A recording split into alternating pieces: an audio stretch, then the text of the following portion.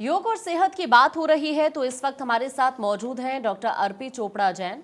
Doctor अर्पित इंदौर के आरोग्य super speciality modern homeopathic clinic के फाउंडर और डायरेक्टर हैं।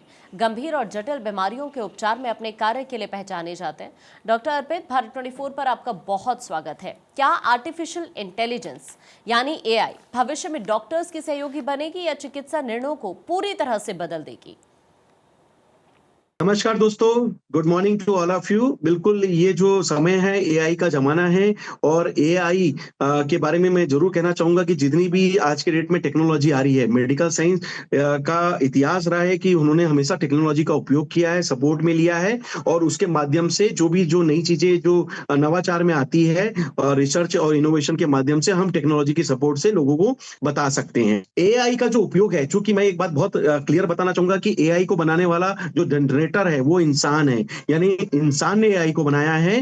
तो निश्चित रूप से एआई की एक भूमिका अच्छी हो सकती है। जब पेशेंट एआई का उपयोग करते हैं तो कई बार इसका फायदा हमें ये मिलता है कि मेडिकल साइंस की कई चीजें जो हमें उन्हें समझाना है, एआई विस्तृत रूप से उन्हें पहले से समझा चुका होता है। इसके कारण पेशेंट का थोड़ा सा माइंडसेट, जो बीमारी को समझने के लिए जो क्षमता है, उसमें हम एआई की जो भूमिका है उसका जो पहले से उन्हें पता रहता है उसका हमें फायदा मिलता है। तो एआई को अगर हम देखें तो पेशेंट के हिसाब से तो वो एक सपोर्टिंग मैकेनिज्म में उनको नॉलेज देता है।